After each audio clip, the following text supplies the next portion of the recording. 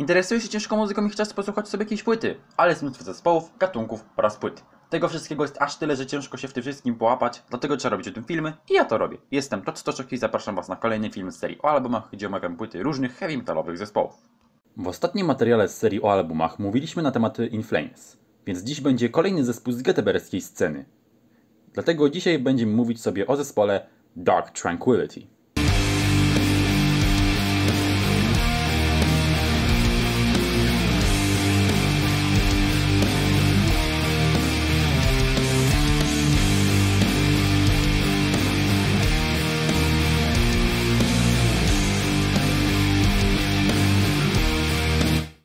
Dark Tranquillity to szwedzki zespół muzyczny grający muzyką określaną jako melodyjny death metal. Grupa powstała w 1989 roku w Göteborgu, jednak z początku nosiła nazwę Septic Broiler, którą w 1991 zmieniła na Dark Tranquillity. Wraz z zespołami In Flames i At The Gates, zespół ten jest uważany za prekursora melodyjnego death metalu, potocznie nazywanego göteborgskim brzmieniem. Jednak w momencie, kiedy koledzy z In Flames odeszli od swojego klasycznego stylu, Dark Tranquillity pozostało wierne swoim korzeniom. Do dnia dzisiejszego ukazało się łącznie 12 albumów studyjnych, zatem nie przedłużam i lecimy z tematem. Standardowo jak zwykle zaczynam od debiutu, czyli od wydanej w 1993 płyty Sky Dancer. Jest to jedyna płyta studyjna zespołu, która została nagrana w oryginalnym składzie. Po jej wydaniu doszło do paru dość istotnych zmian, ale o tym nieco później. Patrząc od strony historycznej, można powiedzieć, że Sky Dancer to jeden z pierwszych albumów melodic death metalowych i charakteryzuje się tym, czym charakteryzowały się inne płyty z tego gatunku w tym czasie. Są tu liczne melodie na gitarze przeplatane ciężkimi riffami, a także akustycznymi wstawkami i czystymi wokalami. Album ten jest dość specyficzny na tle pozostałych płyt Dark Tranquillity, jeśli chodzi o konstrukcję utworów, na co zwrócił uwagę sam Niklas Sundin, ówczesny gitarzysta Dark Tranquillity. Stwierdził, że jest to dość dziwny i ekscentryczny album i że większość utworów na tej płycie zawiera ponad 20 riffów, które nigdy nie powtarzają się tak samo. Plus są też połączone z czystymi wokalami i akustycznymi wstawkami. I faktycznie, ten album się tym wyróżni na tle pozostałych płyt Dark Tranquillity. Od strony kompozycji, album ten charakteryzuje się dużą melodyjnością, dość częstą zmianą tempa i przeplatanymi wokalami.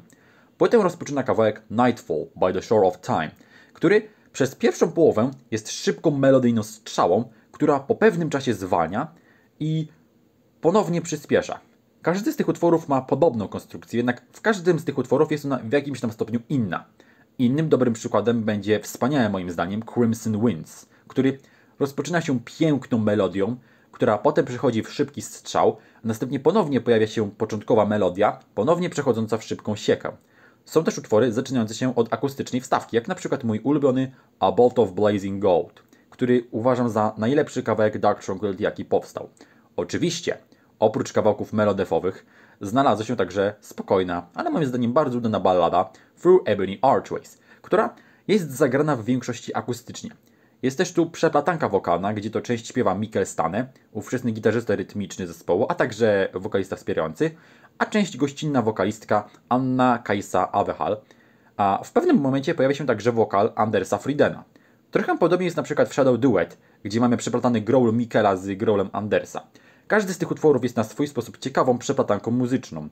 Także podsumowując, uważam, że Sky Dancer to znakomity album i moim zdaniem jedna z najlepszych płyt Dark Tranquillity. Po wydaniu płyty Sky Dancer, wokalista Anders Friden odszedł z zespołu po to, by dołączyć do zespołu In Flames. Ciekawostką będzie fakt, że Mikkel Stane, który był wówczas gitarzystą rytmicznym zespołu, a także okazjonalnie śpiewał w niektórych utworach, był wokalistą sesyjnym In Flames i śpiewał na ich pierwszej płycie Lunar Strain. I kiedy to Anders odszedł z Dark Tranquillity, Mikkel Stane przeszedł z gitary na wokal, zaś gitarzystą rytmicznym zespołu został wówczas Fredrik Johansson.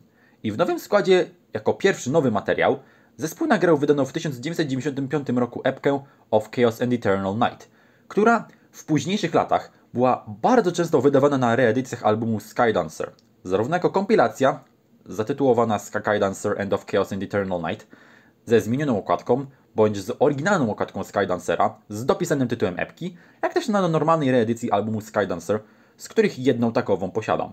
Z tego też powodu epka ta nie była prawie w ogóle wydawana oddzielnie i z tego powodu jest dość rzadka i trudna do znalezienia. Sam widziałem oryginał w wersji używanej za około 150 zł, no tego. W tym samym roku ukazał się też drugi album studyjny grupy uważany przez wielu za kamień milowy melodyjnego death metalu. A mowa oczywiście o płycie The Gallery. Wraz z albumami Slaughter of the Soul at the Gates i The Jester Race in Flames, album ten jest uważany za absolutny klasyk melodyjnego death metalu. Również jest to pierwsza płyta studyjna zespołu nagrana w göteborgskim studio Fredman, gdzie nagrywał wiele zespołów melodik death metalowych we współpracy z Fredrikiem Nordstromem. Od strony technicznej, album ten ma lepsze brzmienie niż płyta Skydancer, jednak wynikało to bardziej z tego, że jak mówił sam Niklas, przy poprzedniej płycie współpracowali z ludźmi, którzy nie mieli pojęcia o ekstremalnym metalu. I tak oto rozpoczęli dość długą współpracę z Fredrikiem. Brzmienie tego albumu jest naprawdę dobre, a zwłaszcza perkusji, ale gitary i wokale też brzmią naprawdę dobrze. Od strony muzycznej pojawiają się tu podobne rzeczy jak na poprzedniej płycie. Też mamy tutaj ciężkie riffy gitarowe połączone z gitarami akustycznymi, melodiami i czystymi wokalami. Tutaj za żeńskie wokale odpowiada Eva Marie Larsson. Na The Gallery dominują przede wszystkim szybkie utwory, takie jak otwierający płytę Punish My Heaven, czy utwory takie jak Eden Spring bądź Midway Through Infinity. Jednak są tu też spowolnienia i wolniejsze kawałki jak na Skylancer. Dobrym przykładem będzie mój ulubiony kawałek na tej płycie, czyli Litha. Inną rzeczą, o jakiej warto wspomnieć, to ekspresjonizm. Bo w niektórych utworach, jak na przykład we wspomnianym Litha, słychać wyraźnie te emocje, które zespół chce przekazać poprzez muzykę i trzeba przyznać, że im się udało. Mówiąc o wspomnianym Litha, to bardzo polecam zapoznać się też z wersjami na żywo tego kawałka, jak na przykład z 97 w Essen czy 95 w Enschede, bo są po prostu niesamowite. Także cóż więcej mogę powiedzieć. Uważam, że The Gallery to kolejny znakomity album Dark Tranquillity. Latem 1996 roku zespół ponownie wkroczył do studia, gdzie to nagrał wydaną w tym samym roku epkę Enter Suicidal Angels, zapowiadającą kolejny album, który ukazał się w 1997 roku. A jest nim płyta The Mind's Eye. Na tej płycie Szwedzi zdecydowali się uprościć ten album w porównaniu do dwóch poprzednich płyt i ograniczyć go do tego, co najważniejsze. Od strony muzycznej, na The Mind's Eye, mamy to, co mieliśmy na dwóch poprzednich płytach, jednak na tym albumie zespół kładzie ciut większy nacisk na ciężkie riffy, ale wciąż są tu melodie, jak i akustyczne wstawki. Czasem te wstawki pojawiają się jako intro do danego utworu, jak na przykład Hedon, Tidal Tantrum czy mój ulubiony Constant. Część z tych utworów to dość szybkie melodyfowe strzały, takie jak Skite Rage and Roses. Jednak są też nieco wolniejsze kawałki, jak na przykład Insanity's Crescendo. Są to też kawałki zaczynające się od razu szybkim strzałem, jak na przykład Dreamlord Degenerate czy Zodiacal Light. Uważam, że tutaj zarówno te wolniejsze, jak i szybsze kawałki wyszły naprawdę dobrze. Moim zdaniem The Mind's Eye to naprawdę udany krążek, który trzyma poziom i jest to płyta zdecydowanie godna polecenia. Sam osobiście posiadam ten album w wersji na CD i szczerze polecam. Dochodzimy zatem do czwartego, a zarazem dość kontrowersyjnego albumu, jakim jest wydany w 1999 roku Projector. Na tym albumie zostały wprowadzone zauważalne zmiany w stylu grupy. Po raz pierwszy od debiutu Mikkel Stane śpiewa na tej płycie czystym głosem, do czego pozostali członkowie namawiali go wcześniej, jednak tego nie zrobił ze względu na ostrzejszy kierunek muzyczny poprzednich dwóch płyt. Choć na The Gallery były pojedyncze fragmenty, w których Mikkel śpiewał czystym głosem. Dodatkowo oprócz czystych wokali na tej płycie jest też więcej instrumentów klawiszowych, a także gitary są wyraźniejsze niż wcześniej. W większości utworów na tej płycie Mikkel śpiewa zarówno growlem, jak i czystym śpiewem, jednak są na tej płycie również kawałki, gdzie śpiewa tylko czystym wokalem, takie jak Ocean czy Day to End. Bądź też takie, gdzie śpiewa tylko growlem, jak na przykład The Sun Fired Blanks. Dodatkowo w jednym z utworów, a konkretnie w moim ulubionym Undo Control, pojawia się też żeński wokal przeplatany growlem i czystym śpiewem Mikkela. Po tych wszystkich zmianach można by było się spodziewać, że na tej płycie Szwedzi całkowicie porzucą wszelkie melodyfowe korzenie i zaczną grać coś lekkiego, a tak się jednak nie stało. Moim zdaniem zmiany wprowadzone na Projector zdecydowanie wyszły na dobre i moim zdaniem jest to znakomity krążek, któremu absolutnie nic nie brakuje i jest po prostu świetny. Także moim zdaniem Projector to najlepszy album Dark Tranquillity i płyta, która może i jest inna niż poprzednie, to jednak wciąż uważam ją za bardzo udane wydawnictwo. Przedam ten album w wersji na CD i szczerze go polecam. Po nagraniu Projector gitarzysta Fredrik Johansson opuścił zespół po to, by skupić się na życiu rodzinnym. Wtedy zespół miał spory problem ze znalezieniem drugiego gitarzysty, dlatego funkcję drugiego gitarzysty przyjął ówczesny basista Martin Henriksson, który z początku nie był do tego przekonany, bo nie uważał siebie za dobrego gitarzystę. Funkcję basisty przyjął natomiast Michael Niklasson, który pojawił się wcześniej gościnnie na epce Enter Suicidal Angels i na albumie The Mind's Eye. Również ze względu na zmiany stylu grupy, zespół zatrudnił również stałego klawiszowca Martina Brandstruma, ponieważ wcześniej instrumenty klawiszowe były nagrywane przez Fredrika Nordstroma, który był producentem płyt. Wtedy to zespół z kwintetu stał się sekstetem. I w nowym składzie zespół nagrał swój piąty i ponownie dość kontrowersyjny album zatytułowany Haven. Na tej płycie zespół kontynuuje zmiany wprowadzone na Projector. Jest tu więcej instrumentów klawiszowych i elektroniki niż na poprzednich wydawnictwach, a także produkcja tej płyty jest bardziej wypolerowana i sterylna, dzięki czemu brzmienie instrumentów i wokali jest jeszcze wyraźniejsze. Z początku na tej płycie Mikael Stanne miał śpiewać zarówno growlem, jak i czystym śpiewem, jednak zrezygnowano z tego pomysłu, ponieważ członkowie zespołu uznali, że utwory będą zbyt emocjonalne. Jedynie w utworze Emptier Still oraz bonusowym Inside pojawiają się czyste wokale. W pozostałych utworach Mikael śpiewa tylko growlem. Z powodu tych zmian album ten, podobnie jak poprzedni, spotkał się z mieszanym odbiorem. Gitarzysta Niklas Sundin był dość krytyczny wobec tej płyty, nazywając ten album swoim najmniej lubionym albumem Dark Tranquillity. Aczkolwiek wśród mniej pochlebnych opinii krytykujących zespół za odejście od klasycznego melodyjnego death metalu, znalazły się też pozytywne recenzje chwalące ten album za innowacyjność w muzyce zespołu. No i moim zdaniem album ten, mimo tych wszystkich zmian, to wciąż udany album. Znalazły się tutaj jak najbardziej dobre kawałki, takie jak The Wonders at Your Feet, Indifferent Sons czy The Same. Chociaż album ten jest inny niż to, co zespół nagrywał wcześniej i nie jest to album dla każdego, to jednak jest na swój sposób oryginalny i ciekawy, więc Haven nie jest w żadnym wypadku najlepszym albumem Dark Tranquillity, ale mimo wszystko uważam, że jest to album, który warto sprawdzić i samemu się przekonać. Jak widać, na ostatnich płytach Dark Tranquillity zaczęło odchodzić od swojego klasycznego stylu. W tym samym czasie inne kapele melodefowe, takie jak In Flames czy Soilwork, też zaczęły odchodzić od melodefu na rzecz lżejszego grania. Więc co robi Dark Tranquillity? Przekonaliśmy się na wydanym w 2002 roku szóstym albumie studyjnym zatytułowanym Damage Done. Można by się spodziewać, że na tej płycie Dark Tranquillity porzuci melodyjny death metal na rzecz lżejszego brzmienia, z którym wcześniej eksperymentował. Jednak na Damage Done zespół powrócił do bardziej klasycznego stylu, pozostawiając pewne zmiany wprowadzone na Projector i Haven. W tym przypadku instrumenty klawiszowe i elektroniką. Na tej płycie Mikael Stanne śpiewa już tylko growlem po raz pierwszy od płyty The Mind's Eye. Dodatkowo brzmienie tej płyty jest już mniej sterylne niż na poprzedniej, więc Szwedzi na tej płycie wrócili do tego, co grali wcześniej. Utwory na tej płycie są ciężkie i agresywne, a też są melodyjne i pojawiają się tu też instrumenty klawiszowe budujące atmosferę. Duża część utworów na tej płycie to szybkie strzały, które w pewnym momencie zwalniają, jak na przykład tytułowy Damage Done czy Final Resistance.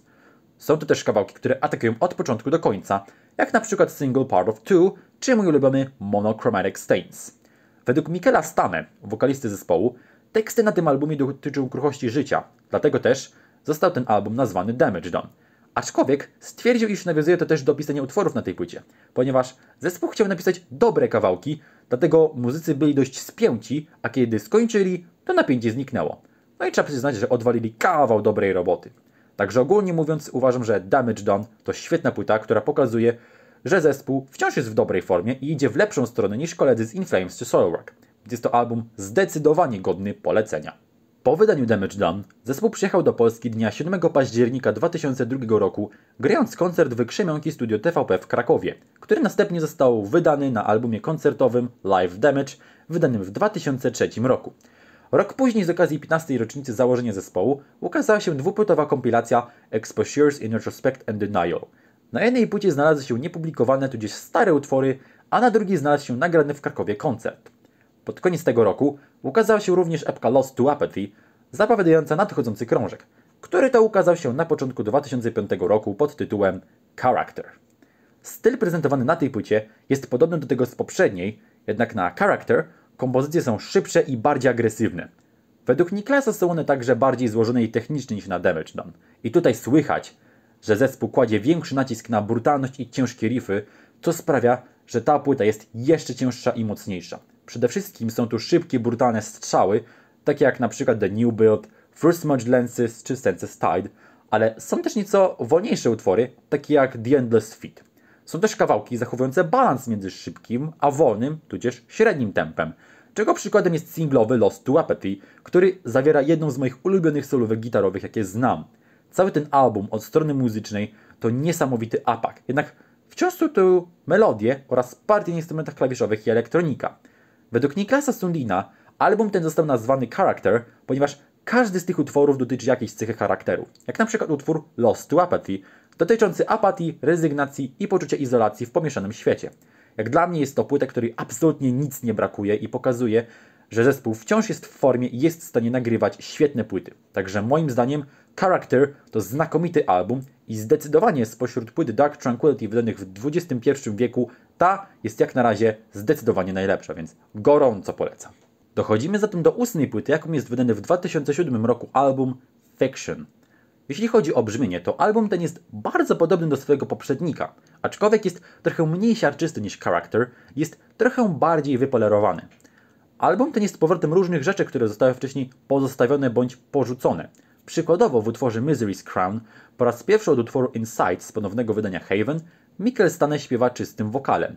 Również w utworze The Mundane and the Magic po raz pierwszy od płyty Projector pojawia się osoba gościnna, jaką w tym przypadku jest Neil Ziegland, wokalistka Theatre of Tragedy, która śpiewa w tym utworze wraz z Mikkelem.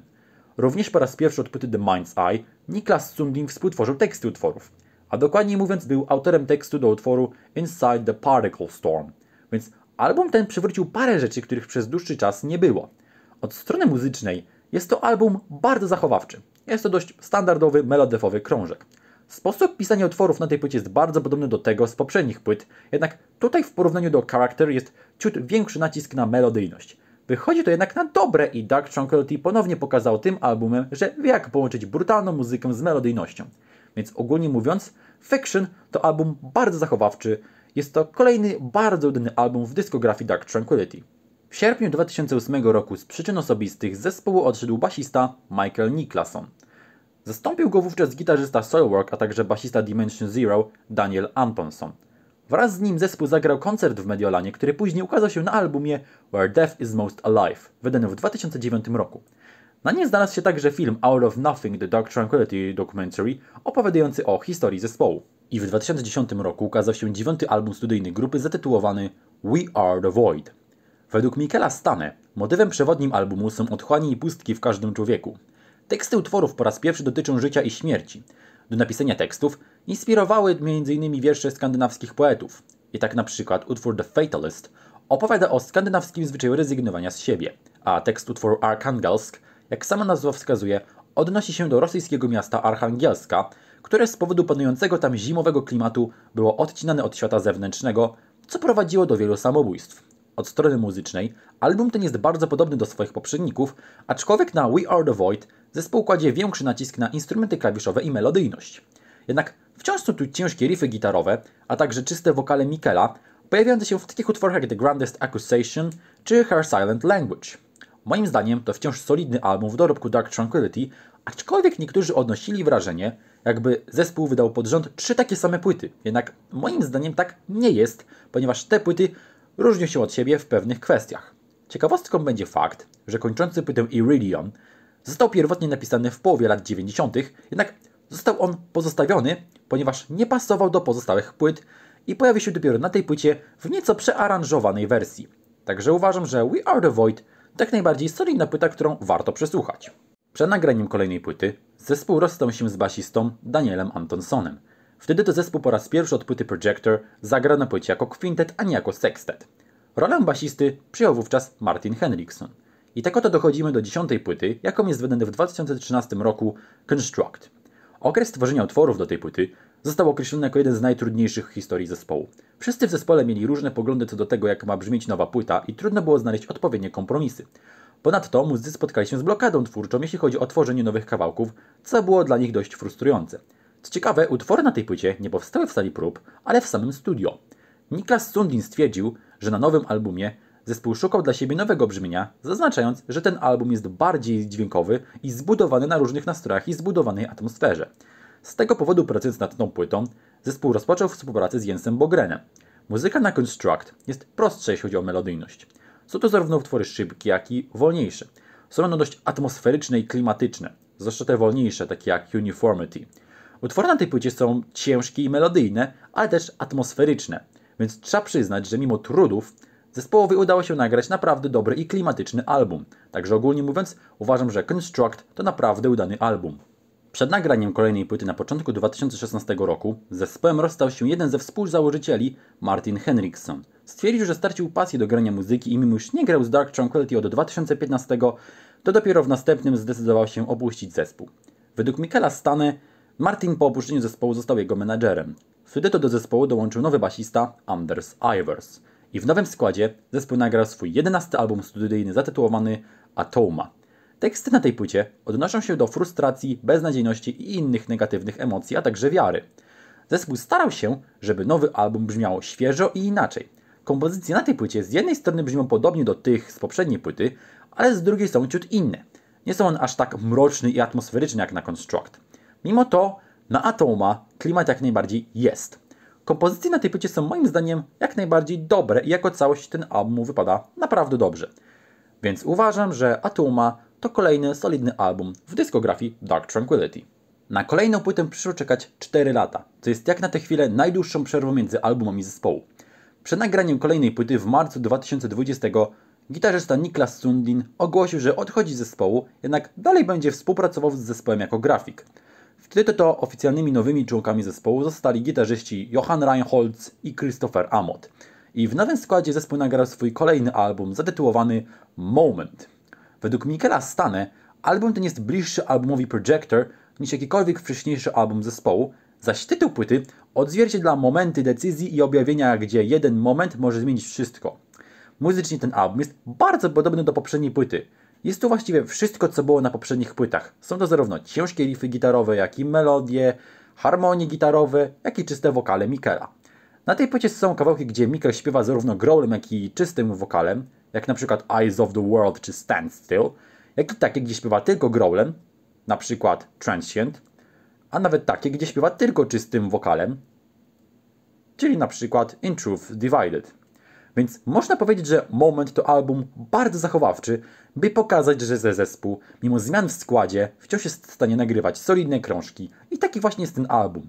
Nie uważam tej płyty za najlepszy album Dark Tranquillity, jaki powstał, ale mimo to uważam, że jest to jak najbardziej udane wydawnictwo. I tak oto doszliśmy do końca. Mój ranking i topka zaraz powinny Wam się wyświetlić na ekranie i to ode mnie na dziś na tyle. Tak więc mam nadzieję, że filmik Wam się spodobał. Jeśli tak, to zostawcie łapkę w górę, suba, napiszcie jakiś komentarz. No i co? To by było na tyle. Widzimy się kolejnym razem. Trzymajcie się i do następnego razu. Cześć!